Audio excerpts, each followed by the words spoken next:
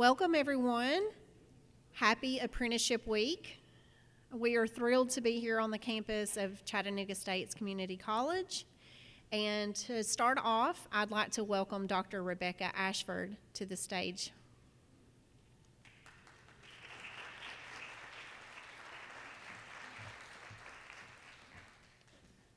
Well, good morning, everyone. My name is Rebecca Ashford, and it is my great privilege and pleasure to serve as president of Chattanooga State.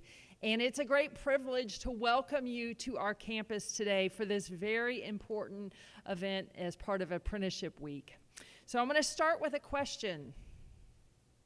What do Leonardo da Vinci, Benjamin Franklin, Vincent van Gogh, Elvis Presley, Billy Connolly, Alexander McQueen, Sir Ian McClellan, Jamie Oliver, and John Frieda have in common? Yes, I had a feeling you might figure that out. Yes, they were all apprentices. They held apprenticeships where they learned on the job. They learned to paint, print, sell art, do electrical work, weld, tailor clothing, act, cater, and style hair. So apprenticeships have been around for centuries, as we all know, and they've served in a very important role in passing along skills to future generations and preparing people for careers, while also serving as an important strategy for employers to train the next generation of workers. And now, as we're all seeing and experiencing, apprenticeships are center stage as an important workforce development tool. And I'm really proud to share that Chattanooga State has 29 active apprentices in 6 different occupations at 12 employers. And since 2019, we have had 74 sponsored apprentices. Now, most of these have been in the manufacturing area, but I'm really proud to say that we also have apprentices in medical assisting and paralegal, and I feel like the world is open for lots of different apprenticeships in many different fields. I'm really proud that Pam Gita, who you've probably all met, who is our apprenticeship manager, she's going to share more about this, I'm certain, during the panel discussion a little bit later this morning. So there's one apprenticeship program that I'm really proud to share with you, and a lot of people don't know about it. And that's our own internal apprenticeship program. So a few years ago, we recognized that in our plant operations, we had a lot of people who were going to retire. Now, you've now been on our campus. It's a pretty big campus. We have a lot of buildings. We have a lot of air conditioning units. We have a lot of electrical work.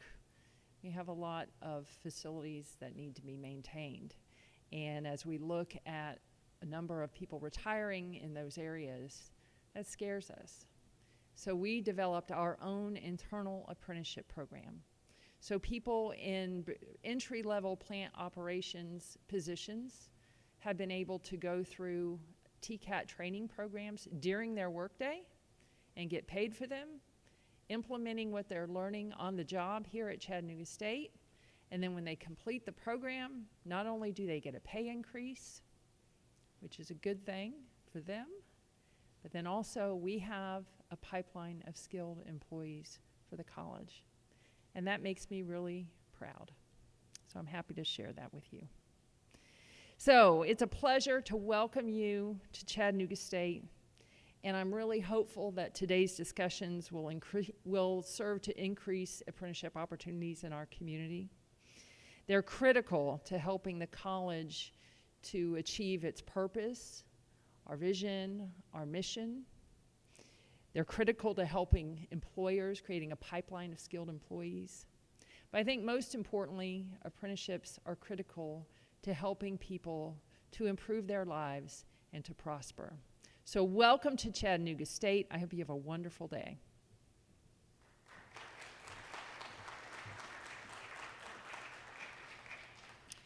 Thank you, Dr. Ashford, and thank you all for all the work you did to host us and get this event set up. So we really appreciate the partnership in apprenticeships and we appreciate you being our gracious host today. So next, I'd like to welcome our Deputy Commissioner, Dwayne Scott, to the stage for some opening remarks.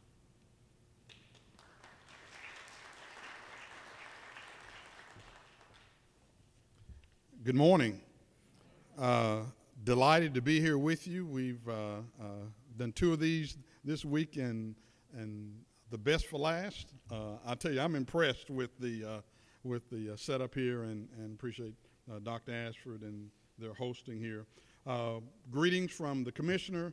She's in D.C. this week, but I'm delighted to be able to celebrate Apprenticeship Week and want to welcome each of you that are here. I look at the theme of our conference, Building Connections, and just the few conversations I've had already with some of the individuals that's been here. Apprenticeship's been taking place here for a long time, and I think you guys are doing a really, really great job, and we're here to really, hopefully, learn, and I talk about building connections is really the key. The magic is individuals kind of bringing their own individual experiences to the table and talking about it, and we be able to tell the story, because we got really the story to tell. We've got a story to tell to the employers, right, who are the beneficiaries, and then also those that are part of the workforce. So the Department of Labor and Workforce Development really takes the workforce, brings into the workplace, and the individuals in the state of Tennessee improve their household economies. That's really our greatest barometer of how we win, our households improving their economies, okay? So it's important. So the networking is so critical. Someone once said that a candle has never lost anything by lighting another candle. Never has, right? So really what you want to do is, as you network and as you sort of spend time with each other, spend that time sort of sharing ideas. And we want to, I'm going to talk, and I'm going to be here for the day with you till we do this, because I want to learn more, and I'm always taking notes to carry back as well. Apprenticeship, we're now a state apprenticeship agency, which simply means the state of Tennessee and our team, Shalandra and her team, can now facilitate that process a lot quicker rather than going directly through Department of Labor. That can happen a lot quicker. So that's now a vehicle and her whole team that can help that process to go. We've just got to do a better job of continuing to let more people know about that. And we've got some really strong even marketing plans this year within the Department of Labor. We don't own apprenticeship, we lead it. And what that simply means is the way that individuals are benefited is by the magic that kind of takes place here with all of you that's gathered here today. You've got a heart for it. Our mantra is we want to serve more and serve them better. That's really what we're focused on, serving more people and serving them better. Apprenticeship is one of those tools, as Dr. Ashford said. It's kind of center stage. And apprenticeship really gives a group of people a lane, a pathway that they wouldn't have any other way. Okay, colleges, 4-year college is not for everyone. And for someone to say that I can have a pathway to improve the economies in my household, and I can do that and I can earn where I learn, it's a great, great tool. And in today's marketplace with business, one thing the governor said is, he's told us very clearly, he's not taking his foot off the gas in bringing businesses to the state of Tennessee. So that's not going to stop. So all that's going to happen is we're going to continue to we want to help those businesses that are here to meet their supply needs with people, and want to continue to look for those that's coming as well. So apprenticeship and this whole concept is a win-win for everybody. We just want to be able to tell that story better and help you. Please let us know. I'm going to be around today. If there's impediments in the way that we can help remove obstacles, that's what we want to do as well. I'm excited about the synergy that's here. It's really, really neat, and we look forward to partnering with you and, as I said, to serve more and to serve them better. Welcome, and have a successful conference here today, okay? Thank you.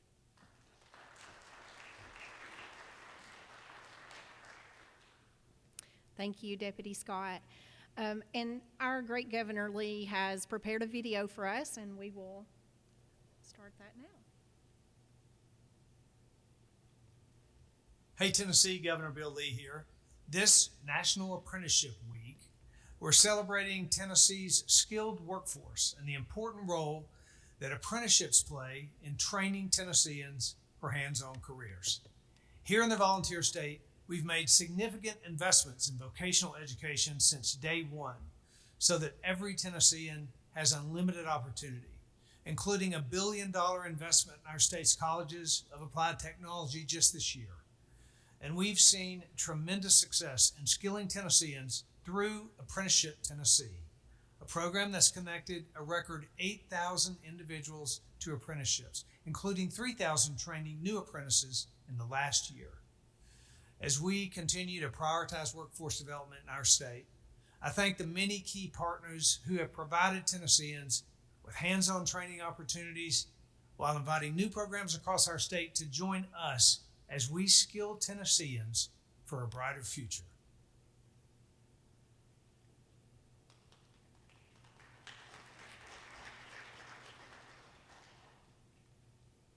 Okay, so I'm Autumn Derrick, and I'm part of the state apprenticeship team here, and I'm pleased to be with you today. I serve East Tennessee, and I also serve as the deputy director for the state. And so I cover from Chattanooga all the way up to the Tri-Cities.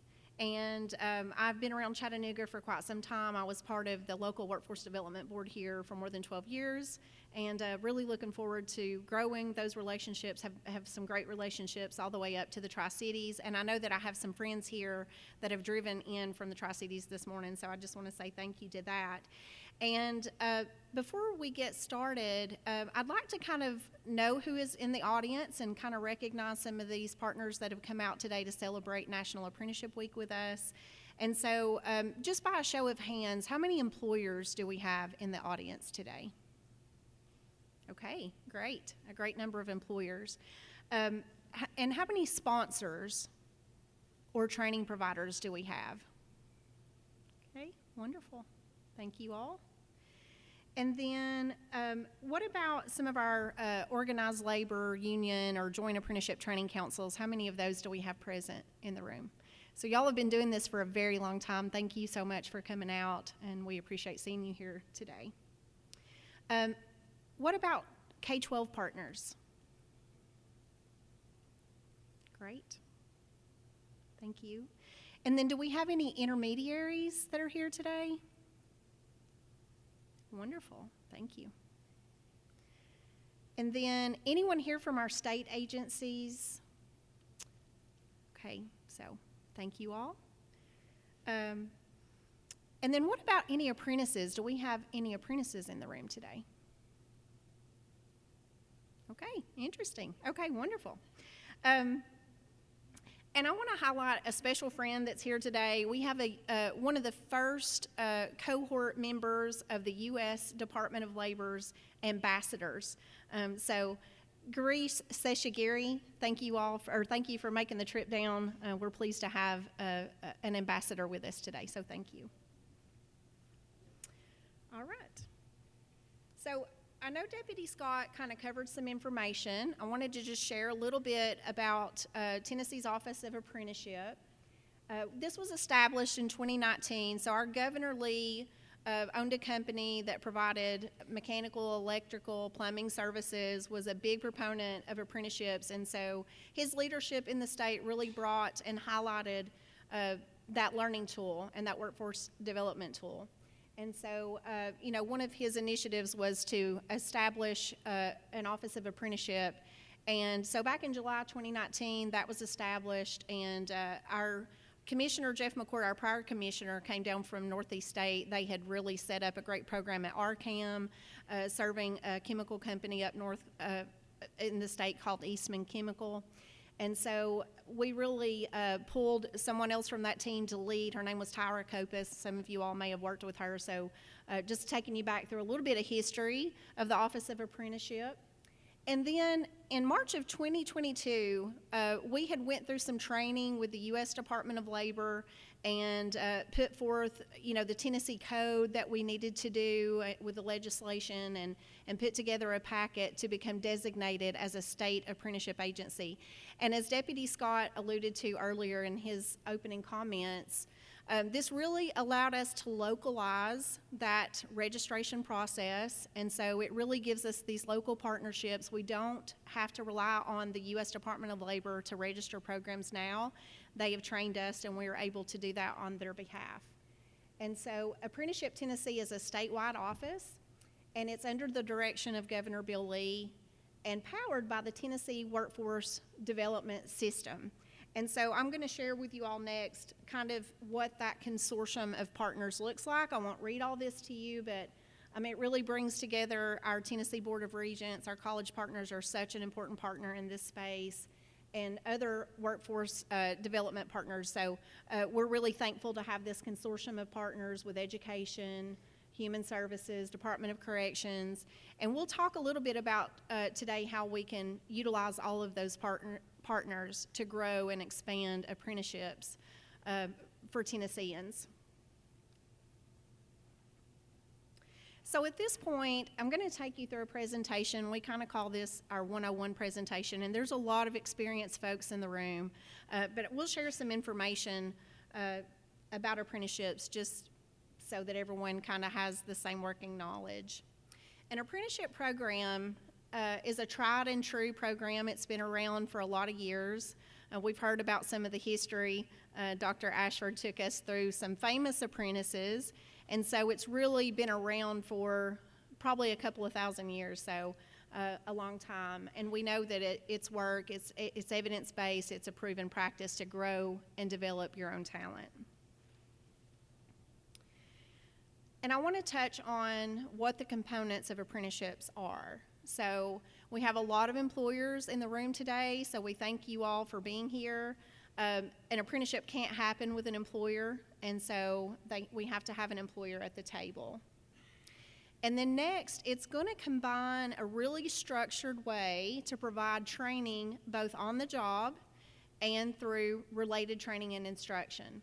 And so we refer to these a lot of times as OJL and RTI. We try not to talk in alphabet soup, but so if you ever hear those acronyms, you know what those mean. But it's a very structured way to train individuals and get some application, because we know that learning and doing at the same time really produces a more highly skilled employee. And then there has to be rewards for skills gains. So there is a wage progression schedule that is developed with the employer. We don't decide what that is. We work with the employer or our intermediaries who may be working alongside that employer, kind of help develop out that wage progression schedule. So depending on how long the program is, there has to be at least a beginning, a middle, and an ending wage. So the cool thing about this is that you have folks who are earning and learning at the same time. Life doesn't have to stop. They are able to kind of learn and earn wages, but they can also see in a very transparent and structured way what they have to do to get to that next raise or that next wage progression. And I think that is one of the components that make apprenticeships a very strong model.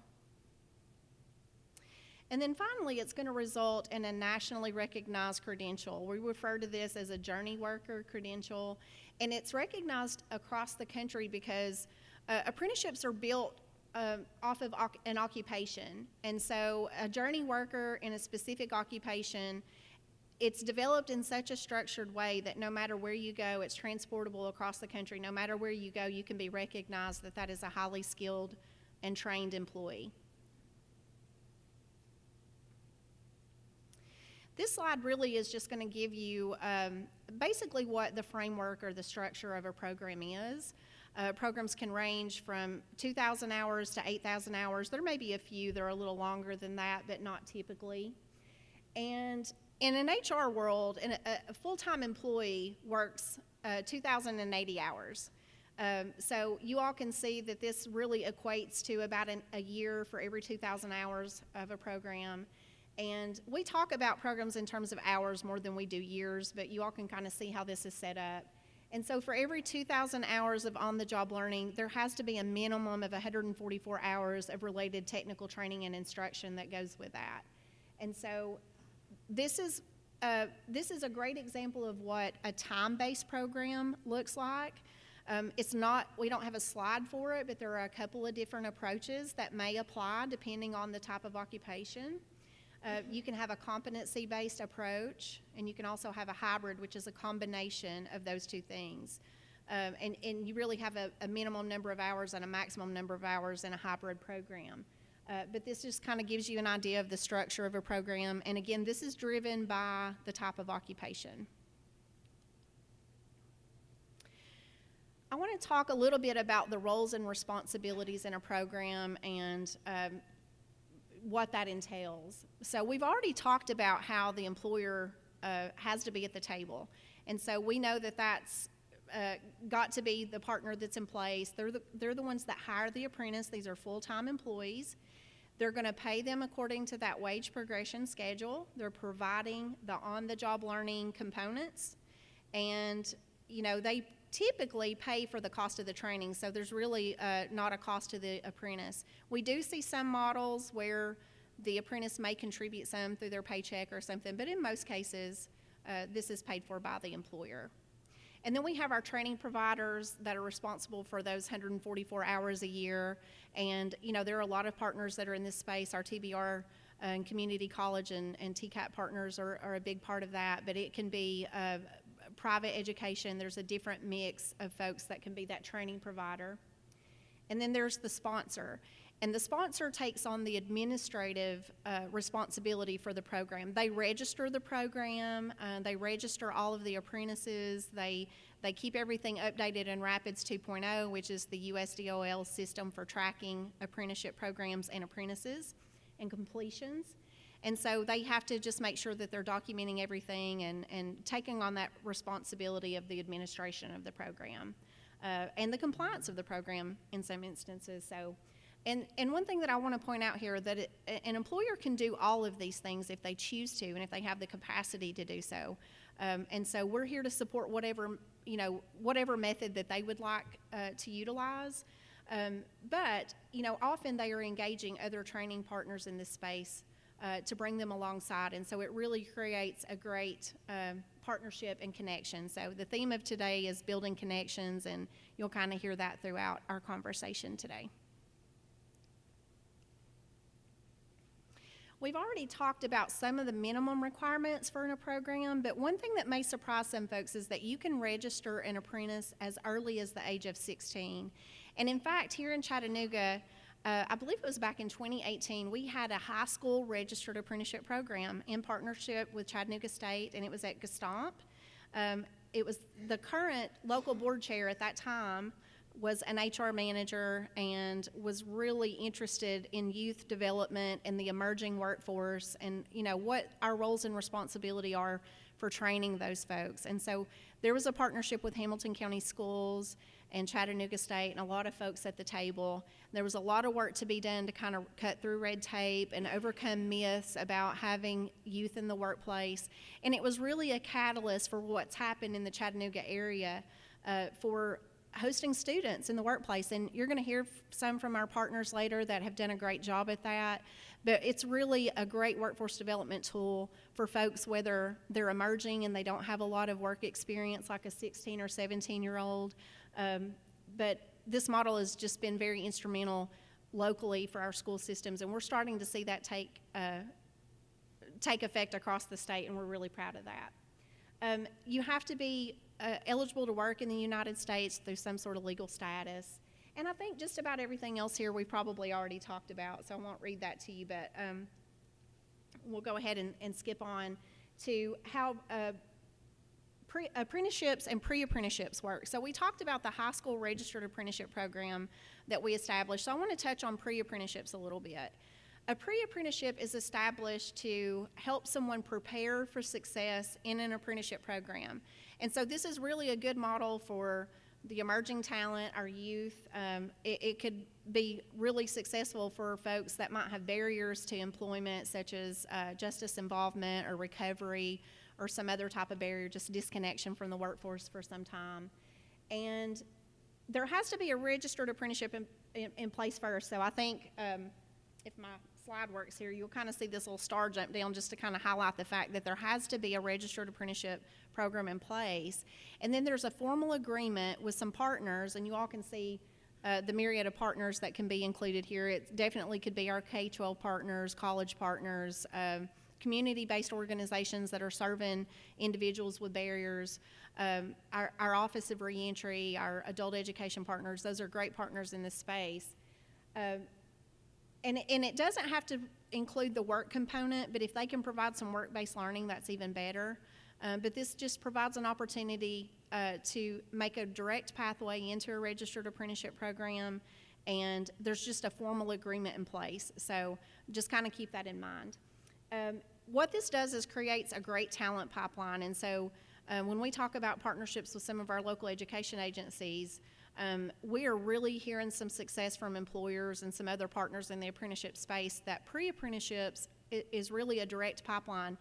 You don't have to search as hard for folks that are coming into that occupation because you have a ready talent pool that's already knows about what they're doing. If they've gotten work-based learning, they've had an immersive experience, they know the culture, and those types of things are very, very important as we start to train individuals and connect them to work.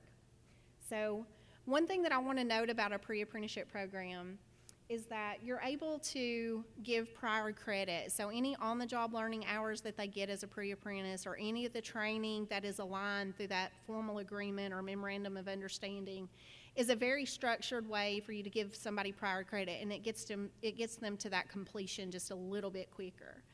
And for any employers in the room that haven't considered pre-apprenticeship, this is what I would tell you. We ask that our employer partners in this space offer an interview to these individuals, but there's no guarantee for full-time employment. So even if you give them, some part-time work-based learning, or, let them do an immersive experience, there's no guarantee that you have to offer them employment, but we do ask that you offer them an interview. So I'm going to move on, and if you'll give me just a moment, I've got to transition because we tested our videos this morning, and I'm going to have to move out to YouTube. But I've got a video that I'd like to share with you to highlight Valmont Industries pre-apprenticeship program that was established in 2019. And one thing that I want to note about this, this was a partnership with Valmont Industries. Carrie Smith, the HR manager, was really working with the local school district, Marion County Schools, and decided that she really wanted to start working with the emerging talent and get them interested in manufacturing. And so she had a partnership at that time with a college-sponsored apprenticeship program for some of the roles that they had at Valmont Industries. And so all of the ingredients were there for a pre-apprenticeship program. And so we just really talked about, we just need a formal agreement in place. That's the only thing that we need to connect this and make it a pre-apprenticeship program. So I'm going to get this video started, so give me just a moment, but I kind of want to show you highlights from the signing day that they did back in 2019. And I want to note that this program, this pre-apprenticeship program, both at Gestamp, the registered high school apprenticeship, and the pre-apprenticeship at Valmont Industries, they both predated the Office of Apprenticeship. So just so y'all know that this has been going on for a long time. I know Deputy Scott referred to that earlier. So.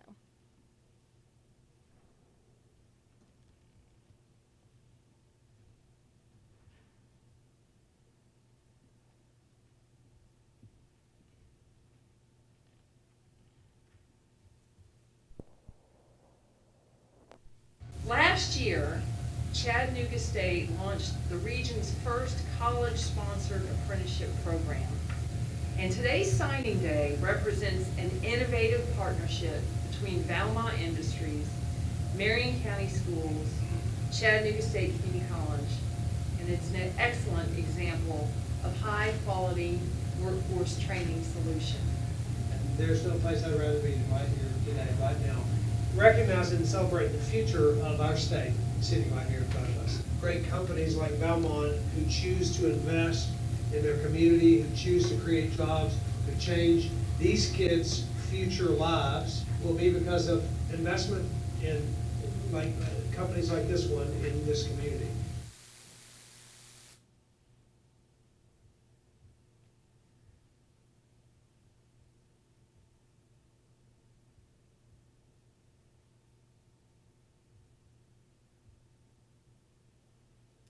we go. So proud to share that with you. And just so y'all know, that was a very proud moment. Carrie Smith from Belmont Industries is the current local Workforce Development Board Chair, so you all can kind of see the kind of talent that we have leading workforce development in the Southeast area, and so we appreciate that. So next, this slide just is really clear benefits, and it really talks a lot about employers. So I won't read these to you, but one thing that I want to point out here is that we hear so much, especially since the pandemic of 2020, that retention has been a huge concern for our employers. And it's nothing for us to hear that retention rates are 60 and 70%. The amount of turnover that we've experienced in the tight labor market that has been historic, that is still ongoing, has really just put our employers in a place where finding qualified talent is a real challenge. And so one of the things that I'll highlight about apprenticeship model is that apprenticeship completers, 90% of those stay with the employer that trained them. So that's a pretty impressive retention rate. And when you start talking about what it costs to replace an employee, and depending on how technical their occupation is, it could be 150 to 200% of that person's salary to replace them. So it really makes good business sense. And when you start talking about retention, that's something that's really important. And one other thing that I'll talk about here is that the apprenticeship model brings a mentor or a journey worker, someone we call a journey worker, which is your experienced workforce, together with an apprentice to make sure that they are transferring knowledge and working with them. So that mentorship is a really, really huge component. And I think that plays into that retention, because if you think about the last time that you started a new position, even if you come to the table with a lot of knowledge and experience, there's still things to learn, and you need somebody to go to. So if you really think about the components of apprenticeship, it really, defines a culture for an organization. So I want to say that really it really helps support a culture and brings your apprentices and your skilled workers together, and that's really an important component here. And then one other thing just to kind of mention, the U.S. Department of Labor kind of measures the impact of apprenticeships, and the return on investment that they report is for every dollar that's invested in an apprenticeship program, $1.47 is returned. So it really makes sense. So when we talk about the employer is typically the one that pays for the cost of the training, it still adds back to the bottom line. So that's a great return on investment. We would all take that on our stocks any day of the week, right?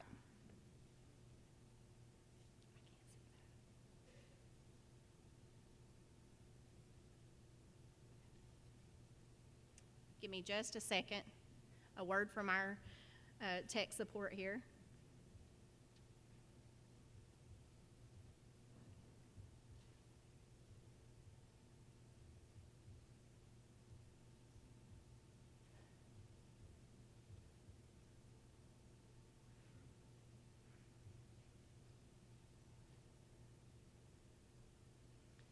Y'all, Justin's been amazing. If he knew how bad my eyes are, he would have written bigger, so.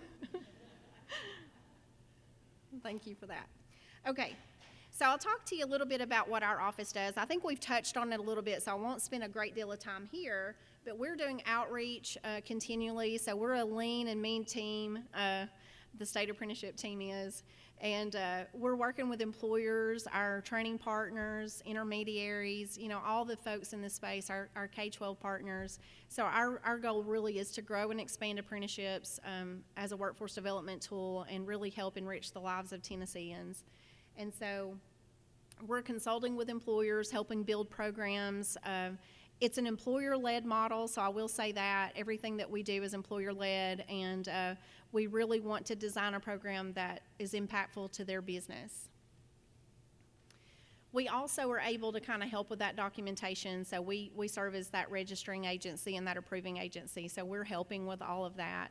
We have a compliance officer on staff, so if you have questions about equity, affirmative action plans, any type of compliance, we have somebody that really works in a consultant fashion, and so we're really proud to serve all of you. So if you need anything, please don't hesitate to reach out to our team.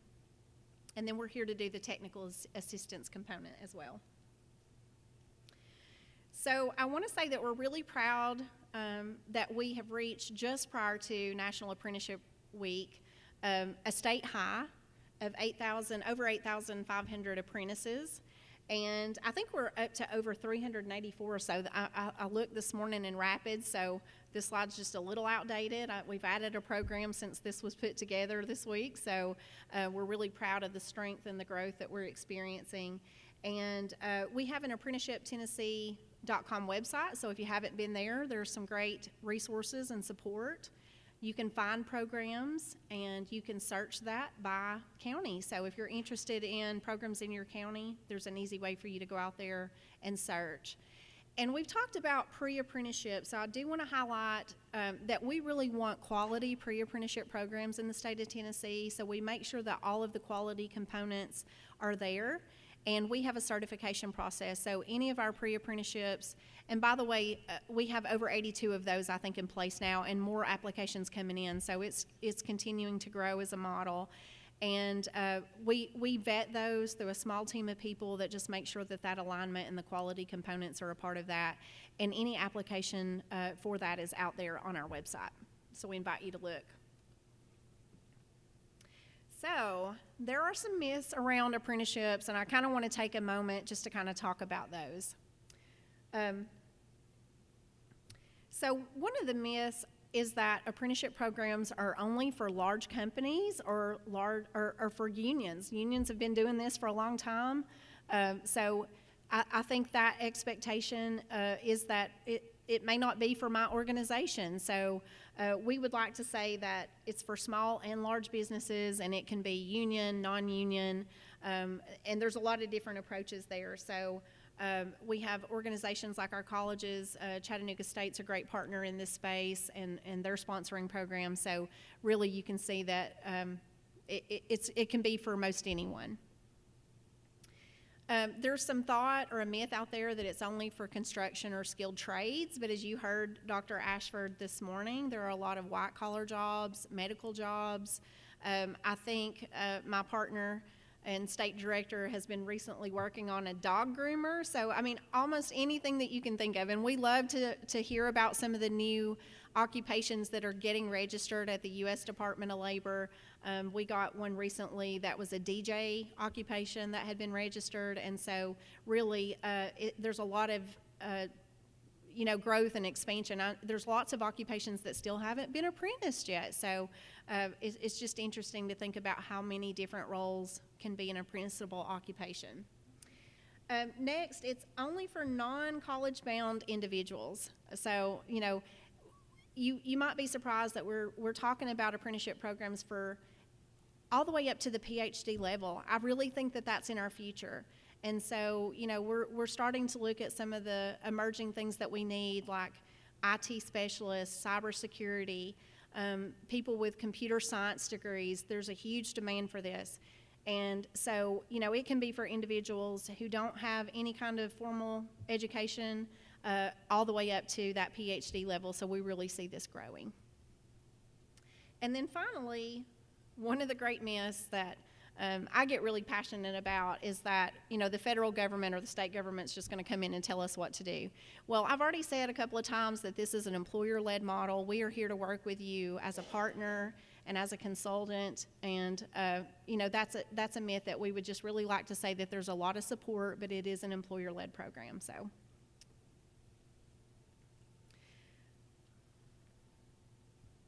These are our contacts. I said we are a lean and mean machine. So we are split up between the East, Middle, and West, and I have already told you I serve for the East here. We do have a couple of vacancies, so we're hiring. So if anybody is interested, I'll put that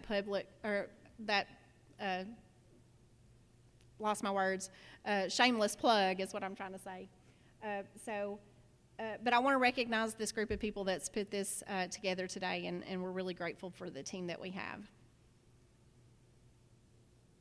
So I think we're going to pause here for a little bit of Q&A, and we have a mic up here on the stage, and I may need Lynn or one of my teammates to come down. Are there any questions? We may be able to move forward without it. I see Lynn coming down, Stephanie's coming down. Are there any questions from the crowd? It may be false alarm, Stephanie. Okay.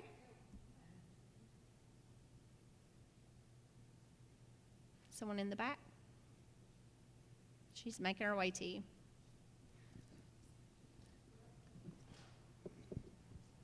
Oh, it's on. We'll turn up the sound. Perfect. I'm coming.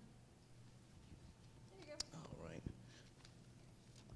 Good morning. My name is Tim McKibben. I'm with the American Job Center. I got a couple of them. The cost. I was just thinking about the different programs that you have and the different costs, you know, as part of selling it. And my next question is, how are you identifying, like, the personnel? Because I know you said you're speaking about a pool of people that are already there. I would love to know a little bit more about that. So if you're talking about a cost of the support that our office provides, there's no cost for that. And, you know, we come out in a consulting fashion, and so there's no cost for that. Okay. Now, there may be cost associated with training, and that really just depends on the training partners in the space. So there's a lot of different ways that those components can be delivered. Sometimes you have employers that have their own training staff, and those may be internal cost, and they may be coming together with a college provider who provides the training or the sponsorship. So, you know, those costs can vary. It really just depends on the type of training model that you have. Now, there was a second part to your question, so I may ask you to repeat that. Absolutely. Just the identification process, because just finding people who are interested, I think you definitely, or the program's got to be promoted, and I just wanted to see how is traffic being brought up, and has that been promoted to build traffic to those who are interested in the different programs? As an apprentice? Yes. Okay. So, yeah, thank you for that question. So, you know, really, apprentices, because an apprenticeship is a full-time employee, employers are going to hire these folks. And so we really kind of have to point back to those job openings and work with our employer partners. So you really kind of have to be near that information, and we need partners like the American Job Centers to really kind of help people to get them pointed in the right direction. I would say that our website is a great tool, and we are working every day to get the message out. Sometimes some of our workforce services are one of the best kept secrets, and so we are constantly working to market and promote what we do. So that's a great question, and I think you heard Deputy Scott say already that we have a marketing plan coming out, and so, you know, it is catching on. More and more people are learning about these models, and like I said, there are folks that have been in the room or been in this space for a long time that are here in the room, our union organizations, our colleges that have really been lifting this program up, so it really is a team effort. Thank you for that. Yeah. Can I ask just one more and then Yeah, I'm done? of course. With regard to, what's that here? Just the focus of the programs, y'all just looking at the trends, and that's my last one. Different programs.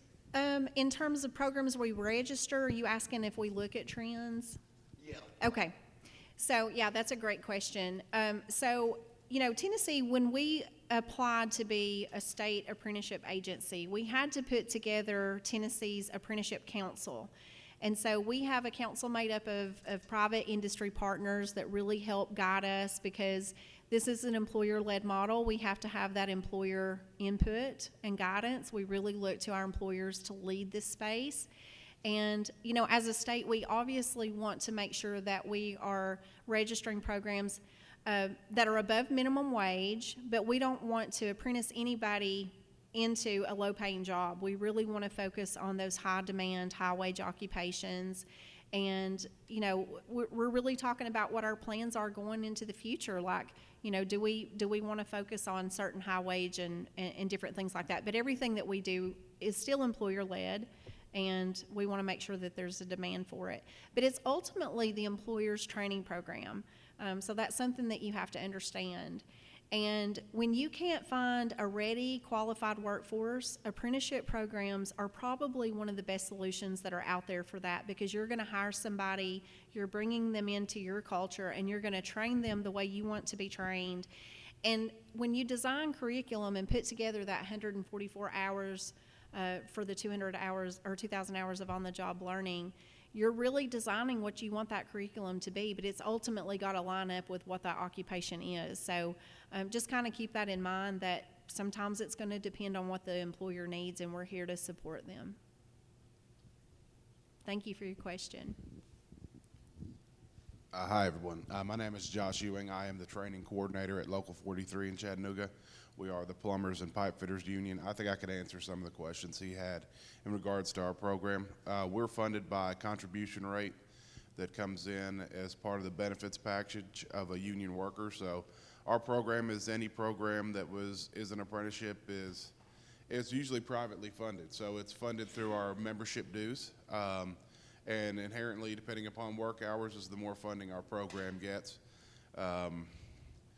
So that's how we are funded, and how we find people interested in programs like ours is we do recruitment at, any post-secondary, all the TCATs in our jurisdiction, high schools, anything like that. Anybody that may particularly be interested in a new career or anything like that. I mean, you just kind of market the demographics and the people you're looking for, and and that's really how we feel out the community and see who's out there and who's interested, because there's a lot of training that coincides with us or is in parallel with us. So, just when you have a structured apprenticeship program, I mean, I would pitch the idea to anybody, because when you can offer somebody a job and training and career opportunity and the structure and knowing, I mean, a lot of people want to learn something and be skilled at it, but there's not a form or a structure for them to do it, and an apprenticeship offers that. So.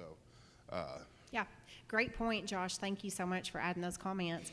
And I will say, just to kind of reinforce what you said, the average age for an apprentice is 29 years old. So that kind of tells us that, there are a lot of career switchers that are coming to apprenticeship programs at a little bit later age in life.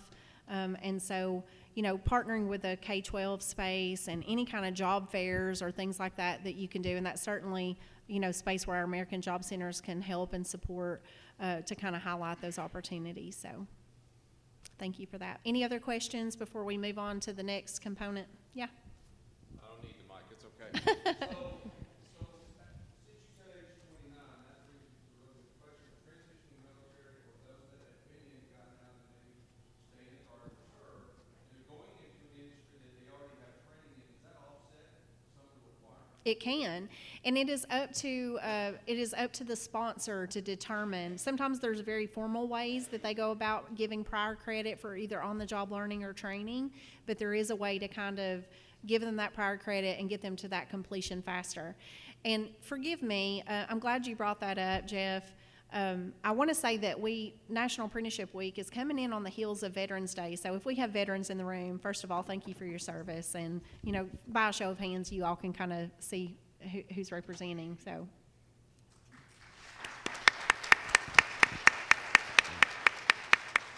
Thank you for that. Okay, great question. Any others? One more.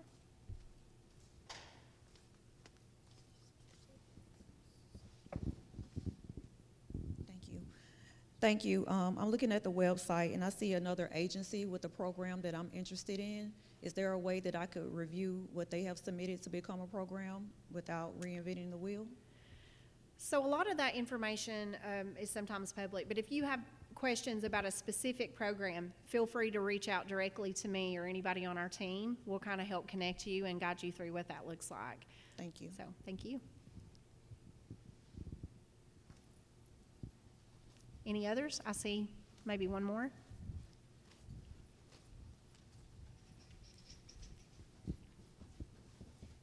Great discussion, and we always welcome that. Thank you. My name's John Van Bremen. I'm training director for Tri-Cities Area Electrical, JATC, in Bluntville, Tennessee. My question was about the pre-apprenticeship. You had mentioned that it requires an agreement. I was wondering, is that agreement between the employer or sponsor and the apprentice, or the employer and sponsor and Apprenticeship Tennessee, or both? That's a great question. Thank you for that. So the formal agreement really is we want the employer at the table, because really if we can offer that work-based learning, it's more meaningful. But it's really between that sponsor, and you might have, multiple parties, and it's a simple memorandum of understanding. There's a format that's available on apprenticeshiptn.com, and, we are obviously here to help guide you through that. So if you're interested in those, we have a lot of high school partners that would love to connect and really want to direct students to these careers that they may not have considered before. They may not know that your program exists. And so the more that we can really grow and expand these pre-apprenticeships, we can bring down that age of 29 years old and get folks on a path sooner to a viable career. So, but it is just a simple agreement, a memorandum of understanding, and we have the templates and everything together for that. But employer, the sponsor is a key part of that, and you may have other parties like K-12 partners that might need to be on there. Okay.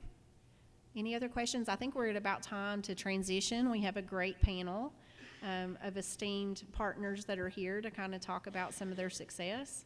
And so just want to thank you for allowing me to go through that presentation. So at this time, if you all will give us just a moment, we've got to transition and get some chairs up here for our panelists, and we'll ask them to start making their way up. And as we do that, hang on just a second, Lynn. I've got a video before we get started. Sorry.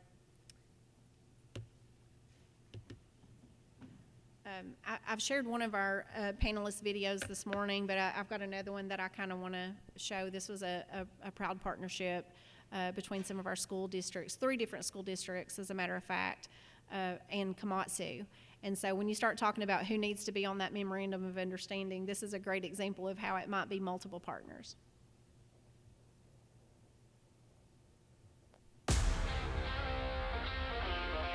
I knew welding was something that I wanted to get into for a career, and I heard about this opportunity. I had many mentors that taught me the Komatsu way. I really enjoyed this program, and I'd love to stay here. Chattanooga's had a huge resurgence in manufacturing, which is a really good thing, but it's made the competition for the labor market pretty difficult. We started looking ahead and thinking, what is this going to look like in 2 and 3, 5 years down the road, and realized that we really needed some collaboration with the local schools. It actually started when Komatsu's began work with Hamilton County Schools, Sequatchie County Schools, and Marion County Schools. And they were looking to create a work-based learning opportunity for high school students. The pre-apprenticeship program allows students to be involved a half a day at our site doing the jobs that we have, which are welding, assembly, maintenance. I kind of like the fact that I get to actually weld on the frames that people are buying, and it's like, I did that. I put that together, and it feels good. It's a whole nother world. We're on computers in school, and that's a good time, but when you really get into it, that's what I enjoy. I like the hands-on stuff more than seeing somebody else do it and then having to repeat that. I love the hands-on portion. So I feel like I'm getting some of the best hands-on training that I could get offered. And that gives them a chance to take those skills when they graduate from school and either apply the credit hours to a full-time apprenticeship program at Chattanooga State, or they can go to college, or if they want to walk across that stage after they graduate and come to work at Komatsu, they've already got experience and know the job, and we know them, and so it's really good for both.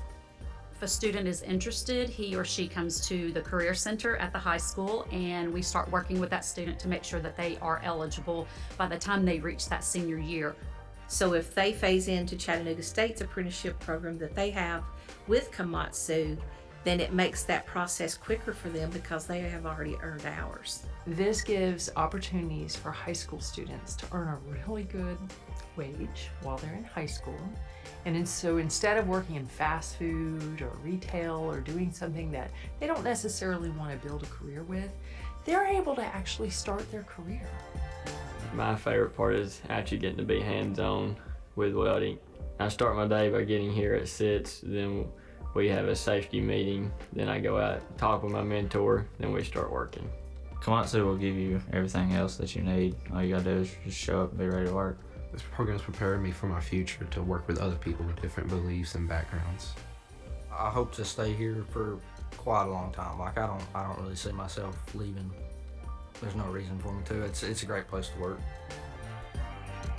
This is going to be something that is transformational for our building. We're not going to be 10 years down the road trying to figure out where we're going to get a workforce. We're going to be collaborating with the schools and helping them to provide education in an industry, have good jobs, support the community, support the schools, support these students. They're going to support us. It's limitless what this could turn into and how big I think it's going to get.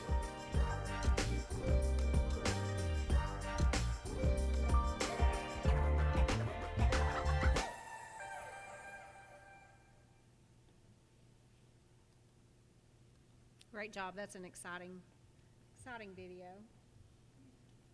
And you could just see the pride on these students' faces, and it's been a game changer. And so while we get these chairs set up for our panelists, one thing that I want to tell you is that, we heard from some of the students that got to participate in Gestamp's program probably back in 2019.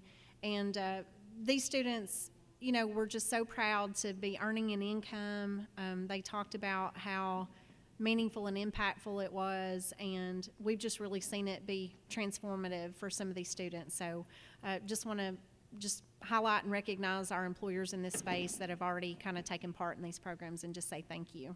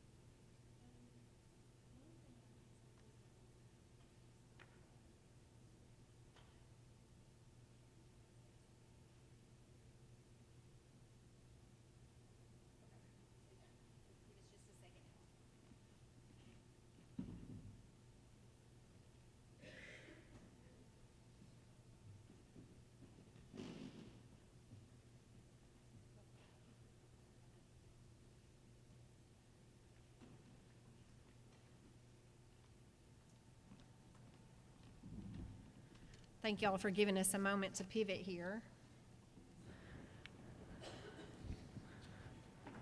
Is it better if we have two chairs over here? Does anybody, do y'all want one of these?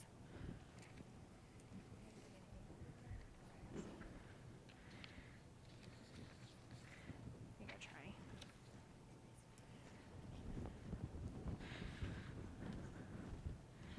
There we go. All right, so I think we are set up now. Does everybody have what they need? Okay, so just really quickly, I want to introduce our esteemed panel. We have Carrie Smith, HR Manager from Valmont Industries with us here. We also have Pam Gita from Chattanooga State. She is the Apprenticeship Manager. And we have Trey Shoemaker, HR Manager from Komatsu, and Chrissy Eggert from Sequatchie County Schools. And I do want to mention, too, that I've already mentioned Carrie is our current Workforce Development Board Chair here in Southeast Tennessee, and Trey is also a member of the Board of Directors. So thank you all for your service. So we'll jump in and get started. First of all, I want to say, you all could probably all answer this, but how did you hear about a registered apprenticeship program, and how did you get connected with the Office of Apprenticeship? So Carrie, maybe you can start us.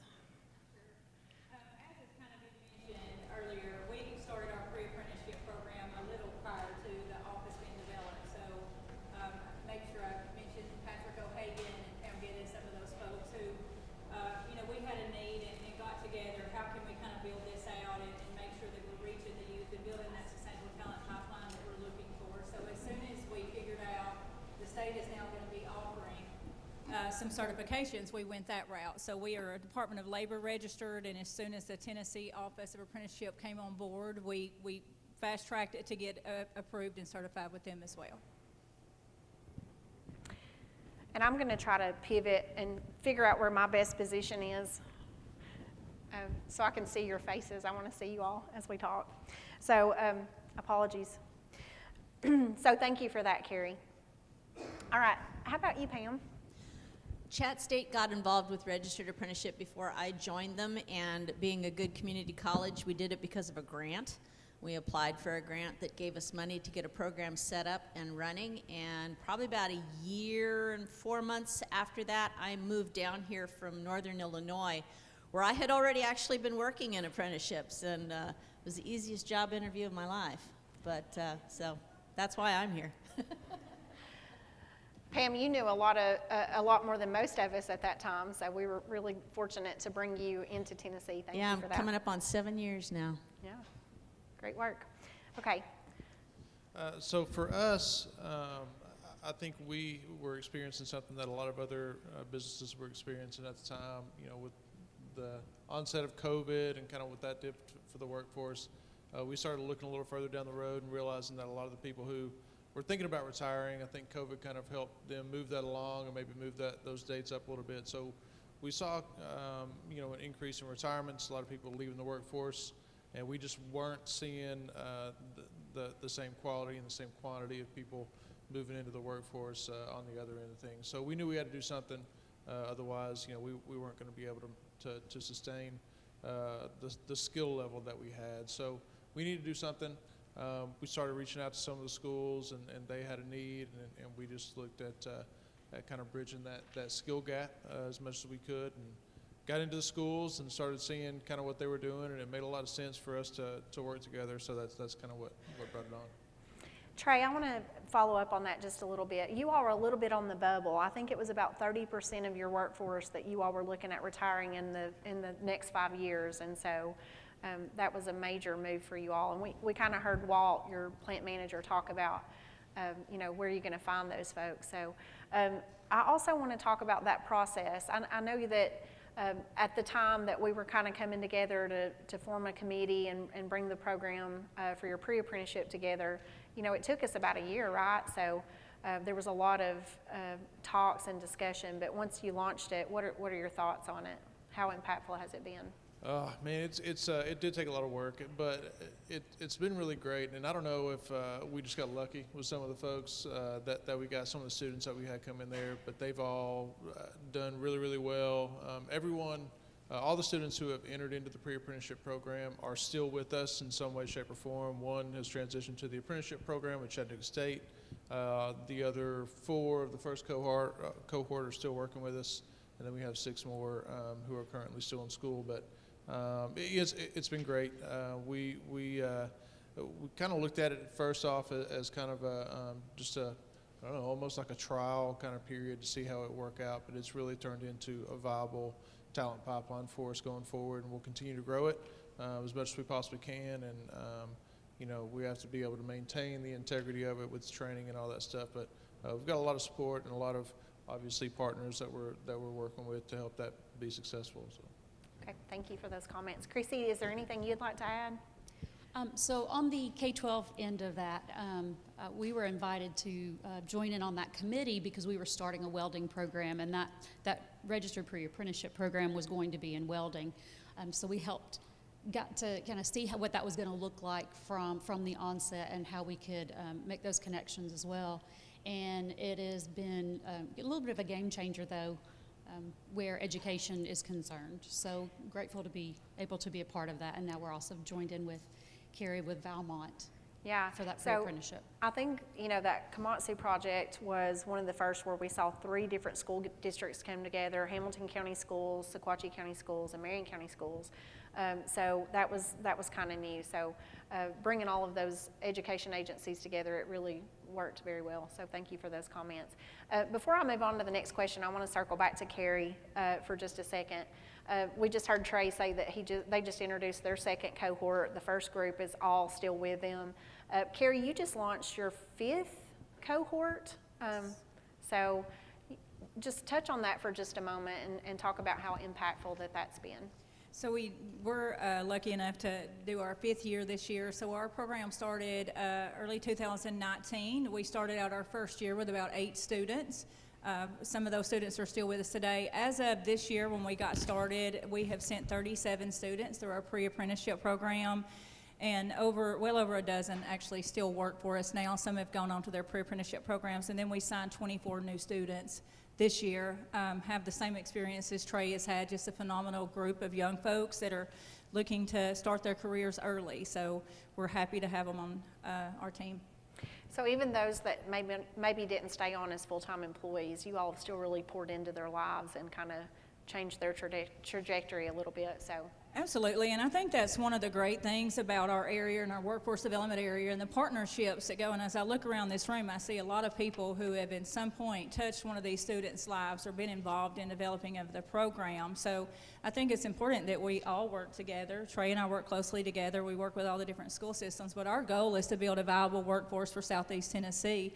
I see Josh in the back. I've seen him at quite a few things. So we're not looking at each other as competitors. We're looking at each other as collaborative partners. And how do we build a sustainable talent workforce that's viable for all of the industry in Southeast Tennessee? Thank you for those comments. So we'll move on to the next question. And Pam, I think you're probably the best qualified to answer this one. You have college-sponsored programs for both of our employers that are at the table for this discussion. So can you talk about the experience with the registration? Like, are there any hurdles, challenges, lessons? Can you kind of touch on that a little bit? So one of the brilliant things about registered apprenticeship is that the program can be customized to each individual employer. And here at Chat State, our largest program is industrial maintenance, but within that, we actually have 3 separate programs because we have 3 employers with unique needs. So when we're creating a new program, we're working very closely with the employer. We're meeting with them regularly, going through draft after draft of the training outline and what it's going to look like, both with regard to what they're going to learn in the classroom and what they're going to learn in on-the-job training. So I don't know that I'd call it a hurdle, but I would say that is the part of the process that takes the most time and attention, because I want to be sure that I'm understanding what the employer needs, that they are getting what they want, and that we're going to end up with a training outline that will give them the employee that they want and need on their floor. So it's not a hurdle, but it can require a little patience, because it does take some time with the back and forth and making sure that everything is the way they want it to be. Any lessons that you've learned? Any takeaways? If you have someone out here that's thinking about registering a program, is it easier than you think, or have you learned anything? I know that I can reach out to you guys with any questions. We've gotten creative this year. We launched our first white-collar apprenticeship for paralegals at a law firm. And when you're going into a new area, you're going to have weird questions. And, can we put our RTI together like this? And so I just contact the state office, and if they don't know, they find out, and they get back to me. And you're very responsive, so yeah. Thank you. Wonderful. Thank you for that. Okay, so what about pre-apprenticeships? I know a couple of you have registered or certified through our state process. Can anybody speak to that? Carrie, you may be the best one to speak for that.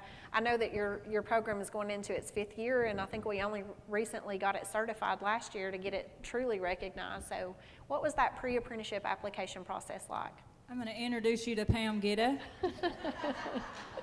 Because she has made this process so seamless, and Chat State just in general, as you saw, there's 3 different levels of that you need for a pre-apprenticeship or for your apprenticeship program. So Chat State is both our college sponsor and also our related training instruction provider. So this has been extremely seamless for us. I was smart enough to use the resources available to me in the state of Tennessee to build out our programs. I was not familiar with the steps that we need to take.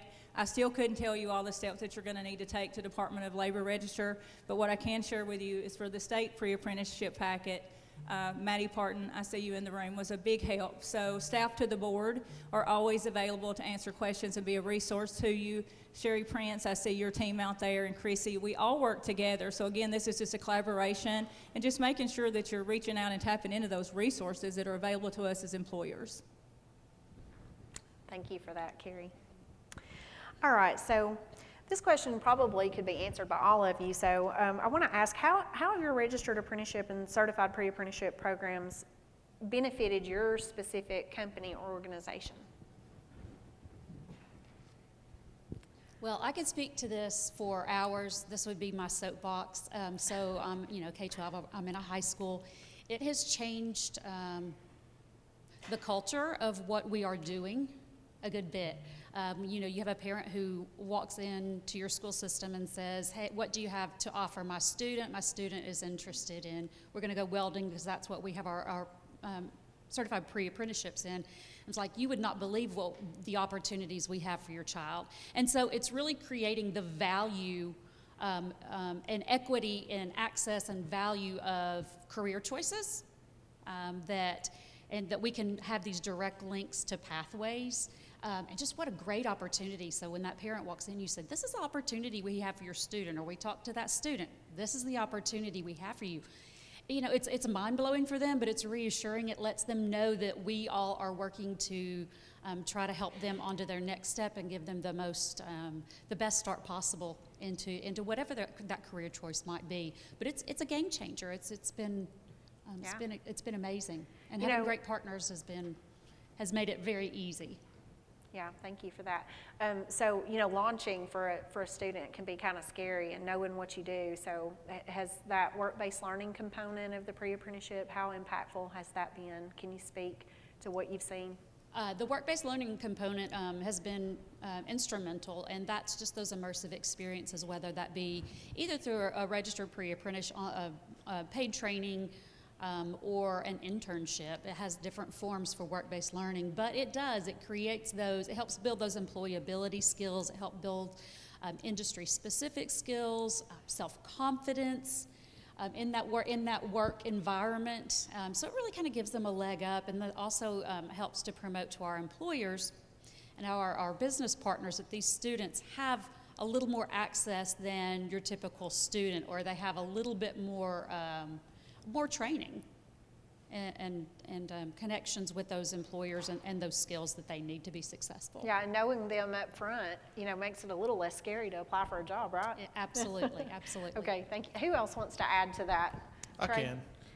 So as an employer, a few different things. I mean, obviously I already spoke about this a little bit, but it has kind of created a viable, talent pipeline for us to look to fill the needs, in the future. But I think for the students, it introduces them to the workforce. It kind of gives them an opportunity to kind of ease into it, 20, 25 hours a week. They're still in school, so they have that kind of support. And then, as part of our pre-apprenticeship, we also offer a mentorship. So we have full-time employees who we look to be mentors for these students coming in. So I think it offers them an opportunity to do something that they're not used to doing, and kind of take somebody under their wing and talk to them and kind of really help teach them what it's all about. And not so much about how to do the job, but more about what it's like to work for this company. How do you carry yourself? What do you do? What do you not do? If you've got a question or concern, who do you go to? And I think that's given them kind of another opportunity to do something outside of what they normally do, kind of break up the monotony and really make them feel good about it. So I think the mentorship has really helped us, the talent side of things, and then just the relationship that we've been able to build with the community, and especially with the school systems has been huge. I mean, our partnership with Chattanooga State, as well as the different county schools, has been a game changer for us. So it's been great. So that mentor piece as a follow-up trade, do you feel like that it's changed the culture? Yeah, I think so a little bit. I think it was good for our workforce to see some fresh faces come in, and kind of, you can typically tell, if someone's not got as much tenure as some of the other folks. So we tend to have a lot of people who have been with Komatsu for 20, 25, 30 years. So it's pretty obvious when somebody comes into work and they're under the age of 20. So, but I think they see that as an opportunity to, again, mentor someone, even if it's informal. They see them in the break room, or they see them, in their workstation, and they come over and they talk to them and ask them how they're doing, and what's your name, what do you like, or, how do you like working here. So I really think that it's been great, and it has changed the culture. We really pride ourselves on safety, and when we first started talking about this is one of the things that we brought up at the very beginning was how do we ensure that these students are going to be safe when they come into our environment. And turns out that we were already doing everything we needed to do anyway to make sure that we're safe. So I think it reemphasizes that now that, if you've got a coworker or someone working in there and they look to their left or to their right and they see someone who's the same age as one of their children, that's going to hit them and say, okay, well, I got to make sure and keep that person safe. And so, again, I think it does change it a little bit, but if anything, it just kind of reemphasizes why we're here and why we do things the way we do them. You touched on a couple of things that I kind of want to highlight. That mentorship component, we heard that some of them were going to high school football games to cheer on the student athletes that were participating in your program, so that was really neat. And then when you talk about the transfer of knowledge, you had a worker that had been with you for quite some time that wasn't so technologically advanced, and we saw that transfer of knowledge kind of go both ways, right? So. Yeah, it goes both ways. Actually, you saw him in the video. Austin, he's with Chattanooga State now as the apprentice. He taught Mark, who is his mentor, a lot more about computers than Mark ever cared to know. But so it kind of goes both ways, a little bit. But we had a couple mentors go to high school football games. Several of them went to high school graduations when they graduated. So it's been really great. It's definitely mutually beneficial. I'll say that much. Yeah, and for the safety component, we brought in the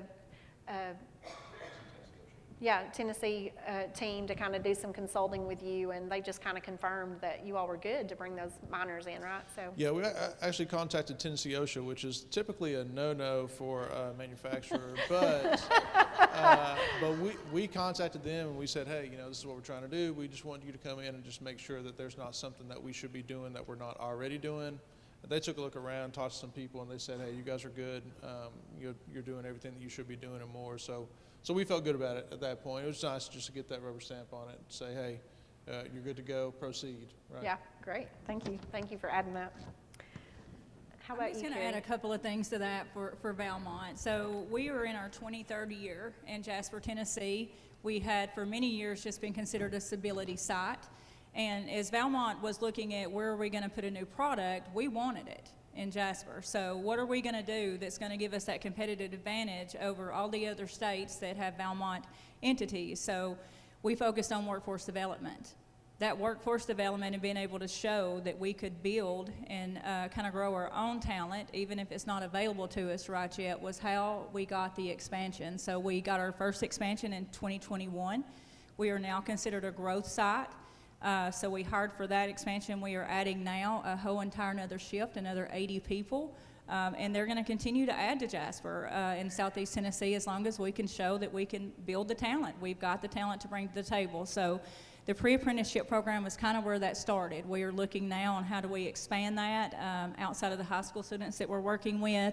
Valmont Jasper also won an award this past year for Best Global Operations. We are one company in Tennessee out of 86 or more facilities in the U.S. and 22 countries globally. So to have won that was just extremely huge to that, and I give all the credit to that workforce and the folks that we're bringing in. So just want to share that. Our turnover rate for 5 years running since we started this program in 2019 has been single digits. As we heard up here earlier, that you see sometimes that's up in the 45, 50, 60%. As of today, we're sitting at 8%. And we hired, thank you, Rachel, our other HR person out here, we brought in 16 people just in the month of October. So we're at a point where that people are coming to us and saying, how do we get a job there? What do we do? So I think that was one big plus for us. So safety rate, as Trey mentioned, we also been, close to 3,000 days without a lost time incident. Our incident rate is extremely low, the lowest it has been in 5 years. So if you're worried about bringing students in from a safety perspective, come talk to them, come see us. You don't have to change a whole lot. They're just going to be an employee just like every other employee is. Their structure is just a little bit different. Yeah, thank you for that. So, having that labor standards consultant coming in and going through that thing, I mean, it's going through your process and seeing everything that you want the students to do, that's really been a game changer for us as a state and helping us kind of overcome that. But did you think back in 2019 when you were working with Marion County Schools and talking to Chattanooga State and the Workforce Board, did you imagine that it was going to have such a huge economic impact and that 5 years later down the road we would be bringing folks like Komatsu to visit you to see what you'd done? Did you envision that? Well, I hope that eventually it would get there, but no, I'd never dreamed of the network of people that it would bring together and, that we would be able to continue to grow it. So to me, we've just gotten started as far as where we're headed with this. And, we've been able to work with some folks in Hamilton County and other areas, and we're looking at how do we get some of these underrepresented populations that we're having trouble getting into some of these trades and these production jobs. So I know Trey's working on some of the same things. We have more females now. We literally have double the number of females in our pre-apprenticeship program this year than we did when we started in 2019. We also have 3 female apprentices right now, one of which is a 37-year-old mom with 3 children who's like, I need to do something to support them. What am I going to do outside of the things I've been doing, as we talked about with retail and different things that are great jobs to have, but they're not necessarily going to pay a family living wage. So we're proud of her, and those are the folks that we're trying to reach now, and how do we continue to expand our programs. Wonderful. Thank you for those comments. So my next question, I think, Pam, is probably for you. How do you promote registered apprenticeships to businesses? We do some of the usual marketing type things, but I would say really we focus most of our getting the word out on press releases about our new programs. We had a lot of press when these pre-apprenticeships launched at Valmont and Komatsu. We had a lot of press this year when we started the paralegal program, and that certainly helps. That has definitely brought employers to our door wanting to know about the program. But I would say most of the heavy lifting is the economic and workforce development team here at Chat State. They're out talking to employers all the time, and when an employer says something that sounds like apprenticeship would be a good fit, they're going to say, well, let me tell you about apprenticeship. And if they get them on the line, then they call me and I get to go in and talk at them some more, and eventually we bring them on board. We beat them down. That's great. So we have a couple of employers here. Even though you're competing for a workforce, you all are promoting apprenticeships and pre-apprenticeships, so thank you all for that. We've seen a great video today with Valmont Industries. I know you had a signing day recently. There were over 100 guests there to watch 17 pre-apprentices and 7 apprentices sign. Komatsu, you all are doing, and I'll have to say, you all, from your first signing day to your second one, you painted a whole wall with your logo on it. So you We were did. really That was thinking, Walt's idea. That was Walt's idea. I wasn't so Walt's sure brilliant. about it, but it turned out okay. So, what about parents? Are you helping promote this to parents? Let's talk about signing days and that. Are you promoting it to other employers, or are you promoting it to parents? So if we can kind of get your all's input on that. Yeah, and I'm glad you brought that up. So that was something that we, at least myself, that was something that I kind of had a realization halfway through this when we were starting to promote this to the students and to the school administrators in the schools. Kind of had to stop and take a step back and say, well, what about the parents? Because if I was a parent, well, I'm a parent, but my daughter's only 6. But if she was considering going into one of these programs, first thing I would want to know is, what's this company all about? What's their track record? What do they do? Are they going to keep my child safe? So we really had to market it a little bit to the parents. So something we did the second year, so this past year that we didn't do the first year, is we had a parent night, a parent-student night. Before we made the selections, for anyone who had signed up, they were all welcome to come, bring their parents, take a tour of the facility, ask questions. I was there, the GM, Walt, was there. just to field questions and answer anything that we possibly could about what it's like to work here, what the program's all about, what we have to offer. So that was really something that we had to consider when going into this, because we're marketing this to high school students who are not 18 yet. So we have to consider those things. But it went really well, and I think that was something that kind of won some of them over a little bit during that time. And we gave them a bunch of swag too, which always wins over the high school kids. Yeah, we have a bunch of swag here today, so just a reminder, take it with you today. Carrie, same for you. Sure. So one thing I want to add to Trey's exactly right. I think one of the things we've seen with parents is getting them involved is we have a whole lot easier time sharing with them what an apprenticeship is than just a job in advanced manufacturing, because in their mind, as we go back, my dad was an apprenticeship in Local 43, 1972.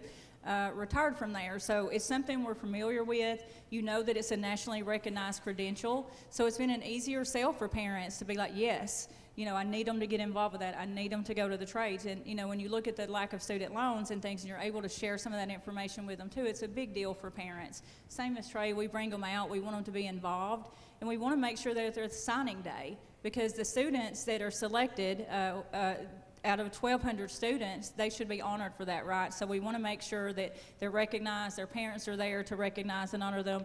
And I also have to give a lot of credit to our CTE directors and our CTE teachers, because they're having these conversations on a daily basis. So they're doing a lot of the work for us as employers, and we're just coming to the table with the opportunity. So they're laying a lot of the groundwork. They're also having communication with parents, because they're going to see them a lot more than we do. So I think they help lessen the issues for employers as we get involved. Carrie, anything, or Chrissy, anything you want to add? I just think, the job that they're doing and the focus that they've put on safety and opportunity has been an easy sell for parents. Parents are jumping at the opportunity. They see the value in these opportunities probably as much or more so than their students do, because they see the big picture.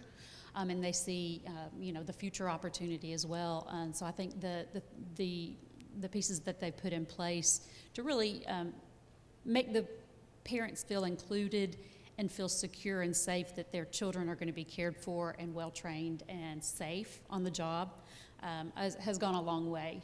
I've had parents or a family member come to a signing that in 4 years has never walked into the school building, but made sure and came to that signing. And it was such a proud moment for the student and for the adult in the family that, and it was just a big moment. So it really does mean a lot, and these parents do see the value and are in full support. Yeah, it's a great way to promote. Just one quick thing I want to add to that is we don't pick the students, just to be clear, for our pre-apprenticeship. That is up to the school system. That is a recommendation from principals, instructors, so forth. So what's interesting is every single year we have ended up with a student of a child of an employee at Valmont. So you see them going and ask those questions and ask their teachers, how do I go? How do I get there? But, one of the cool things we like to see is that those trades being passed on down generation to generation. So we're always excited. This year we actually have a brother and sister that have now both been through the program and following in Dad's footsteps. So I think that's just a neat note to add out there. Yeah, that's great. Thank you for sharing. Okay, so this is probably a little bit more for our employers. How has registered apprenticeship programs changed the way you and your team recruit talent? We talked about it a little bit, but. Well, some of the obvious things, it kind of changes the location or I guess our target audience, well, I was just talking with Sherry and with Chrissy today about potentially going to talk to some middle schools about, some of the opportunities that we've got going on so that they can prepare for that if that's something they're interested in later down the road. But, we still go to traditional job fairs, career fairs at colleges and the communities, and the chamber I know always hosts one. And we still go and talk to them about the apprenticeship opportunities, and it does open the door up for some folks who may have some other obstacles outside of just a traditional kind of 40-hour-a-week job. So, but certainly with the pre-apprenticeship, we start talking to the high schools and really kind of trying to sell that to the schools themselves, the administrators, so that they see that as an option for these students who are interested in doing a work-based learning program. Wonderful. So our approach has changed a little bit over the last several years, I would say, as we've continued to build out the apprenticeships, and we're dependent on these pipelines with our school system, secondary and post-secondary, to kind of feed our industry needs. So we've kind of backed up a little. We've started at elementary school level, middle school level, and starting to have these conversations early with students so they're aware of what's available in advanced manufacturing. We're doing a lot of site tours, bringing people out. We've gone out with the VR goggles that the state board, the workforce board has put together so that they can spend a day in the life of a welder. So that career exploration at a much younger age, so that when they're in 9th and 10th grade and they're having to make that decision on what my career path is going to be, they've had a chance to explore a little more. We have seen enrollment increase since our 2019 inception of our pre-apprenticeship program. So I'll just give you one example just for welding. At the time the program started, there were around 77 students countywide in our welding program, and as of today, and Sherry, you can correct me if I'm wrong, there's well over 300. I think just at even one school, you've got quite a bit. So that's from ages 9 to 12. So, that's been one of our focuses is how do we start them early and get them into those CTE programs. And as we mentioned earlier, we have a great returning talent program. We're looking to figure out how do we kind of work in this space as well to really build those pre-apprenticeships out. It gives people a good opportunity to see. We've had folks come in, young students, it's like weld a few days and like absolutely not. This is not for me. So it's good for parents on that side too, that they're not going to spend a lot of money on something that their kids are going to get there and just not be interested. Yeah, that's a good point. So you touched on your reentry program, Carrie.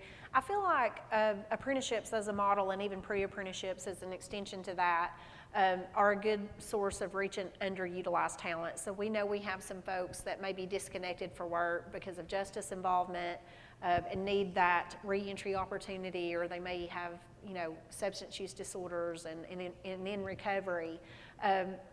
What are your thoughts on how this program could be utilized? I know you said you're thinking about expanding kind of into that space. You've had a successful reentry program at Valmont Industries. What do you think about this model, and how could it benefit that talent pipeline? Well, I think it's a great model because a lot of times, as we talked about earlier, just in general, that fear and that emotional resistance like to change and what am I getting myself into, this gives them an opportunity to have a trial run. They don't feel like they have to know everything, and when they walk in the door, we're not expecting them to be skilled craftsmen the minute they get there. So it's a good way to kind of baby step in, especially if you've never been in these type roles or advanced manufacturing, or if, like myself, when you came out of high school, you had to go right to work, and you didn't really have those opportunities to get your education. I'm a 40-year-old graduate when I graduated college. So I think it's never too late to start equipping people with skills and giving them an opportunity to change. I know many people that sat in my class were 18, 19 years old. They now work at Valmont, and I'm their HR manager, so pretty interesting there. But I think it's a space that we've got to do more for. It's also an economic accelerator for our communities. As we're giving them an opportunity to work, they're spending more money in our communities, so it's just a win-win all the way around. And if there's any partners in here that are interested in doing more in that space, I'm more than happy to continue having that conversation. Yeah, I know our Office of Reentry and our adult education partners, because some folks that maybe didn't get their high school diploma are still currently working on that. Those can be a great pipeline. So yeah, definitely think they would love to connect with you and figure that component out. So the next question is, how has your registered apprenticeship program changed how you and your team think about training? I think she's picking on us, Carrie. We keep having to do this. Well, it's definitely, we've had to step back a little bit, and I think for us, we have to understand that they're already going through some sort of training or some sort of education from another institution. So if it's a pre-apprenticeship, then we have to figure out what it is that they're being taught at the schools. If it's the registered apprenticeship, the adult apprenticeship, then we have to figure out what kind of classes they're going through with Chattanooga State, and figure out how to apply those things. The last thing we want to do is expose them to something that they have no knowledge of. So we can't start out super advanced. We have to kind of step them up a little bit, but then also, especially again with the pre-apprenticeships, the pre-apprentices, safety is number one. They've never been in a manufacturing environment. For those of us who have been in there for a long time, I know several of you in here, like myself, have been exposed to that, so we know what to look out for. You know, if there's a forklift approaching, you need to stop and make sure that they see you before you proceed. Some of these other folks may not understand that. So really taking that into consideration and understanding that we have to create that foundation for them so that we can build on top of it. And what about the folks that are, these may be some of your incumbents that you're putting in the registered apprenticeship program. Are you selecting those people from folks that already work with you for the registered apprenticeship part? Yes, so the one that we have in there right now, he went from the pre-apprenticeship into the apprenticeship, but some of our previous ones, they showed a desire to you know, learn more and advance, and so upskill? they were internal. And Yeah. upskill? Yeah. Okay. So, Carrie, anything you want to add to that? I think it would be the same for us. Now, one of the things that we've made sure and offer is an opportunity for career growth and just upward mobility for our incumbent worker training, our incumbent worker folks, is that they can roll into apprenticeship. So, you know, as we mentioned earlier, at our signing day earlier this year, we had 7 that have rolled into those programs, and these are multi-torch burners or burn table operators that, you know, they're inclined to do electrical, or they want to do maintenance, or they want to learn to weld. So we want to make sure that we're offering that opportunity to continue upskilling our current workforce, as well as offering it to new folks as well. So it has kind of changed the way we look at training, and we don't have to do all the training because we've got a RTI and a college sponsor that really helps us do a lot of that.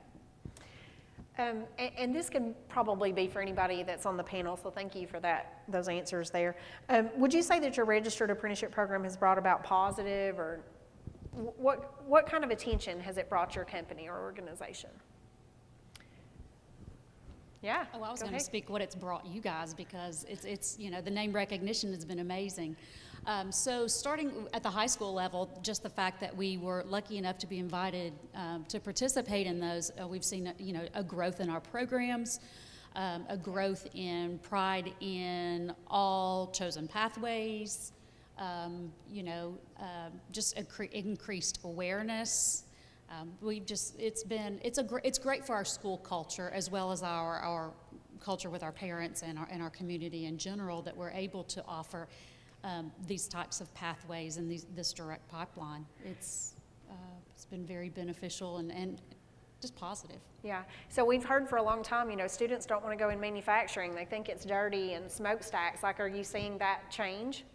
We are seeing that change, and that's up to us to do a good job educating our students and our parents about the opportunities that exist in advanced manufacturing.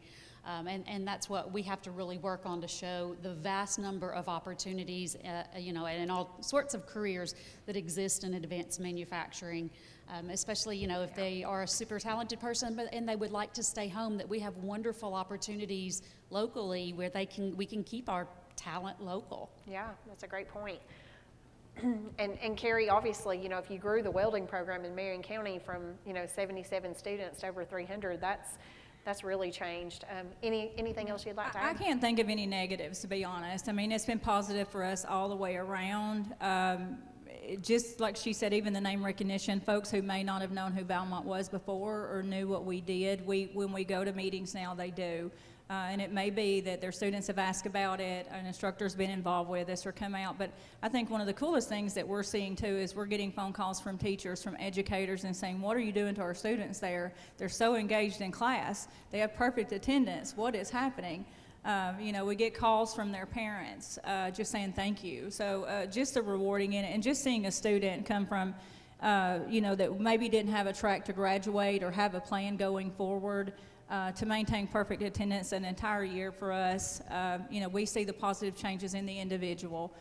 They may look at their feet when they're first coming in and meeting you, but they walk with a different sense of pride when they walk out of the building. So we're working on a lot of those essential skills as well, but can't think of a single negative about getting involved. Well, thank you. Speaking of negative, let's talk about the administrative workload. You start talking about government paperwork.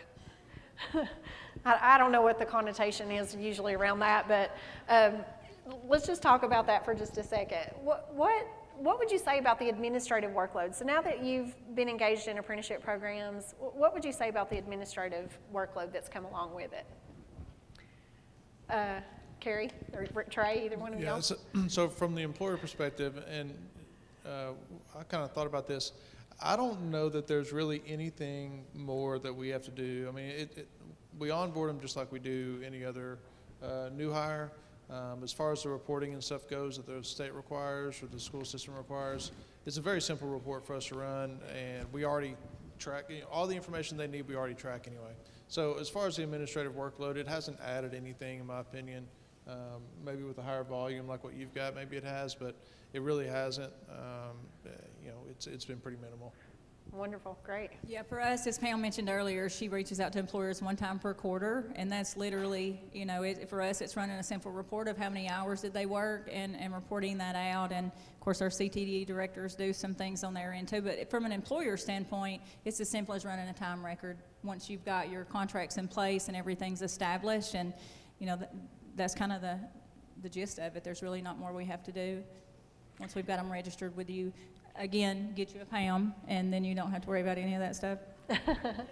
And Pam, you do a lot of the registration because these folks have registered college-sponsored apprenticeship programs. What would you say about the administrative workload? There is some paperwork that has to get done. I talked earlier about what it's like to design a new program, but when you have a sponsor who's working for you, which is the role that we play in this ecosystem, I think the number one most important thing is it reduces the workload for the employer, but the second most important thing is it enables an employer of any size to try apprenticeship.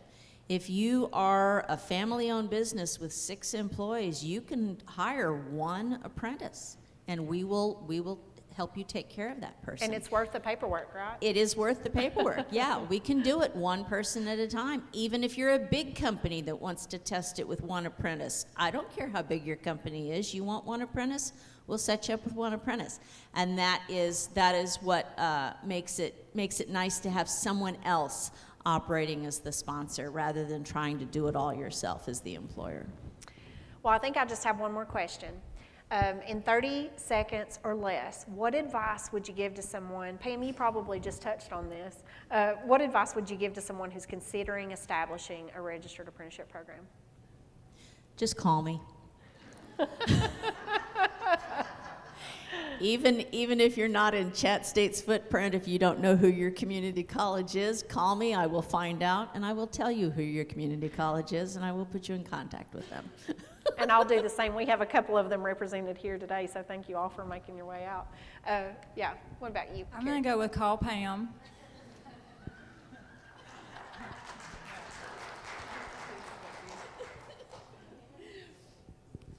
Yeah, I mean, there are a lot more reasons to do it than there are to not do it. I mean, you're going to find positives in just giving it a shot. So Pam's a great resource. There's other folks that have already done it. Folks sitting up here is a great resource. You're going to find if you contact the school systems that it's a very desirable program. They've got, I guarantee if you go to an administrator, they can name 5 or 6 kids right off the top of their head that would benefit from it. So it's got a lot of benefits. Just do it, right? Just do it. Okay. Well, thank you all.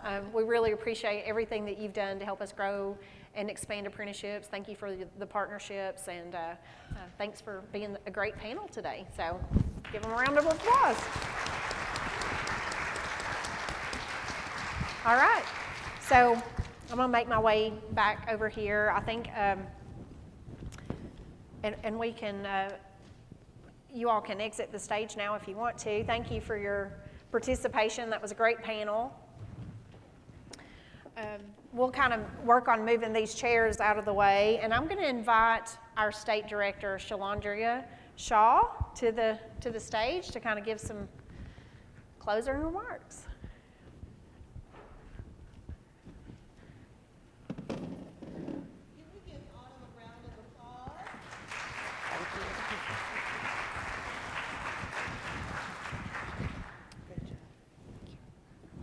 She's done such a great job facilitating today. It is my pleasure to serve as Tennessee's State Apprenticeship Director. I want to take a moment to recognize our team. We're small, but we are mighty. Stephanie Daniel, if you would please stand. She is our apprenticeship specialist and played a large role in getting this together. Lynn Kirby is our compliance officer. She's in the back. And Leanne Blevins is our grants program manager. We are here to serve you. I also want to give a shout out to Workforce Services. Our team is a part of a division, and we could not do this work without them.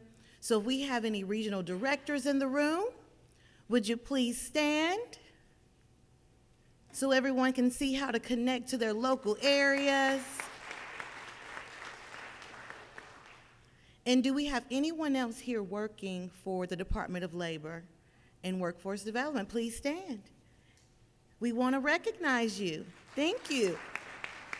Thank you so much. Thank you. Because of you, Apprenticeship Tennessee's Conference East was a huge success. We've been touring statewide.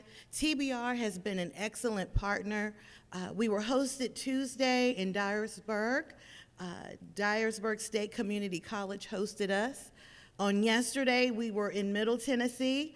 TCAT Nashville did a great job of hosting us. And today here with you all, we want to thank President Ashford for her leadership and for supporting us.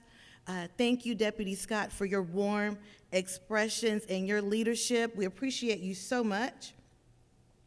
We had 3 events that are a part of thousands of events occurring around the country in honor of Apprenticeship Week. Thank you all for partnering with us. Today should not be your last day. Please continue to connect with us throughout the year. We want to continue to lead and grow this effort. We want to change Tennessee households and make them a part of the middle class economy. Apprenticeship really is that gateway to desirable wages and not just a job, but a career. We're already looking forward to next year's conference. So if you could help us out, there is a survey. There's a QR code. If you would scan that for us. The doors are locked. You cannot leave without completing the survey. I'm just kidding, that's a fire hazard. But if you would, while we're on your mind, if you could complete the survey for us, this will help us to plan next year's conference, and we need your feedback in order to do that well.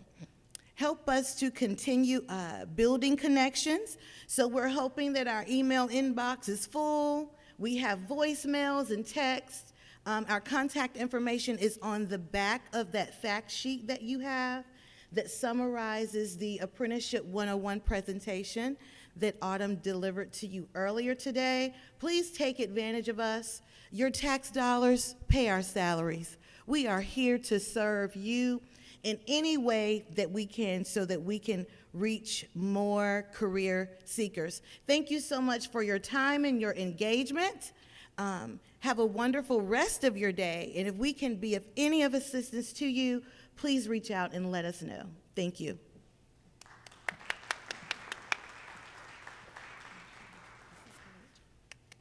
All right, thank you all. Please feel free to network as we, close out the session, and thank you again for coming.